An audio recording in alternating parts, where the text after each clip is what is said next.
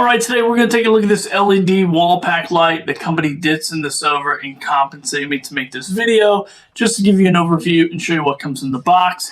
So this is the light here. Obviously this is made for larger spaces, larger buildings, maybe like a loading dock or on the side of a dark parking lot or something like that. And you can just hardwire this in, and then it automatically will come on from dusk till dawn to give those dark areas some light. So this is what it looks like here, and then I'll just kind of give it a little spin just to show you the back of it and what that looks like, and then just all the way around. So pretty simple little setup here for the most part.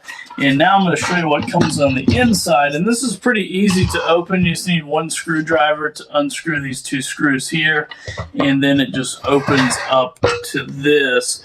Now you can obviously take this off to give yourself, when you're mounting it, some working room here, but I'm going to leave it connected to the main box. And this is the light on the inside of here.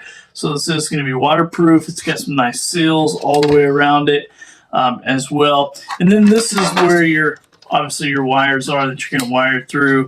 And then you just line this up with your junction box. And then it does come with some mounting kit stuff here as well. So it's got some electrical nuts and screws.